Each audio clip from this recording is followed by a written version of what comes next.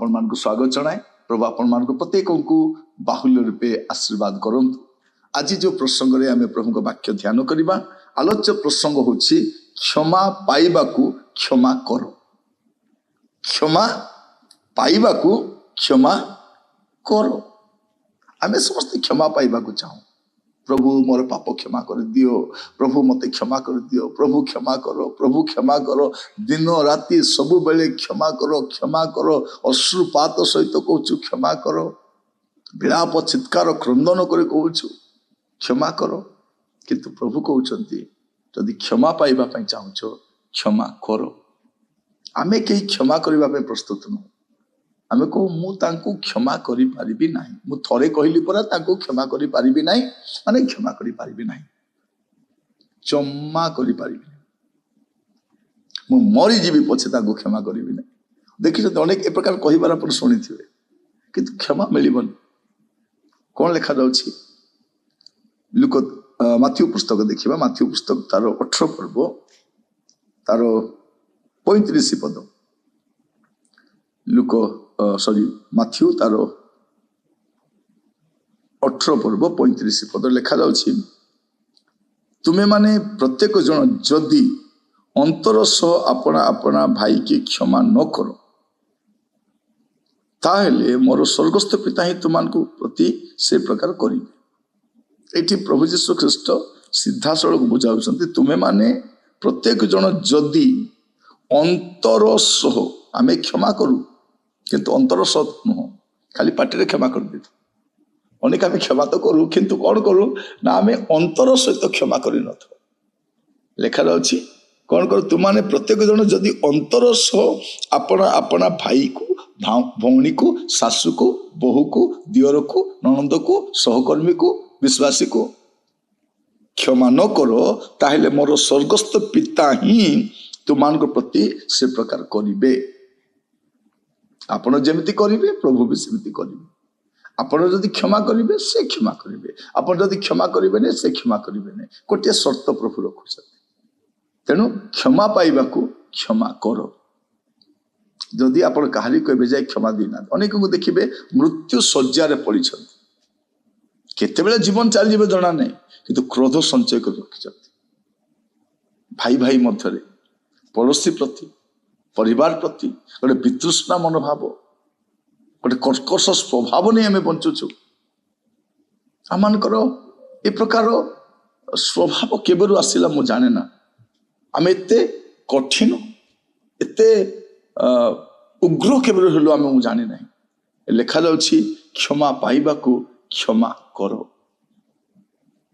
प्रिय बंधु, मु आपन कहिबा पई चाहे, जदि आपन क्षमा पाइबा पई चाहुछन्ति सुजोग अच्छी क्षमा कर दियंतु। जदि आपण क्षमा करिवे नहीं, प्रभु मते आपण को क्षमा करिवे नहीं। आपण कोन भाबुछन, आपण कोन भाबुछन प्रभु क्षमा कर दे। आपणकर पाए गोटे सुजोग अच्छी, गोटे सुंदर सुजोग अच्छी। कौन करिवे? अभी प्रभु को कहिबे, प्रभु मते क्षमा कर। किंतु ता पूर्व आपण भी क्षमा मागंतु। मोर प्रिय भाई भौणी माने, गोटे बोली जीवन अच्छी, केतेबेले चली जीवा आमे जानि ना। अधा तो बंची सारलुनी, तारी भितरे पुणी जो अधा बयस अच्छी एठी रोग धरी सारा।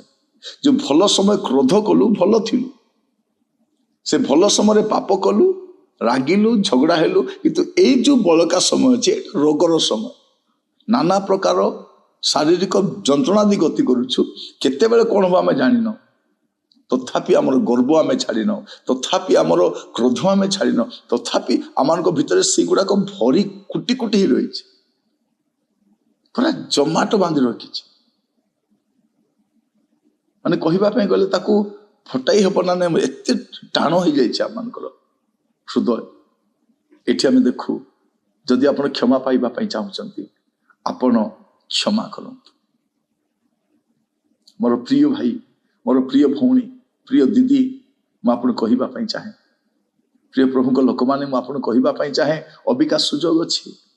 नचेत आपण गोटे समय आसब कचाड़ी ही कांदे ओ मु कहीं क्षमा कली ना जदि मु क्षमा कर मोर पाप क्षमा ही जाता यहीटा भी मोर क्षमा ही था सेटा भी मोर क्षमा ही था ओ मु कौन कली मु कौन भूल कली मु कौन करिवार थिला मु कौन कली ना आपण गोटे समय आसब ए प्रकार व्यतिव्यस्त हेबे ता पूर्व गोटे सुजोग आसी आज टिके समय बाहर करंतु आपण कहा को क्षमा करना गोटे तालिका तैयारी करंतु जदि फोन रे क्षमा मागी पारिबे फोन रे मागंतु चिठी लिखि पारिबे चिठी लिखंतु कॉल करि पारिबे कॉल करंतु मेसेज करि पारिबे मेसेज करंतु जदि जाई पारिबे जाई की क्षमा मागंतु जदि आपण गले क्षमा करिबे ने जने शांतिकारक लोक को नै की जांतु किंतु क्षमा करंतु जे पर आपण क्षमा पाइबा क्षमा मागंतु क्षमा पाइबा पाए प्रभु आपण अनुग्रह करंतु प्रार्थना करबा अनुग्रहकारी पिता परमेश्वर आमान को मतलब अनेक प्रभु एवं पर्यंत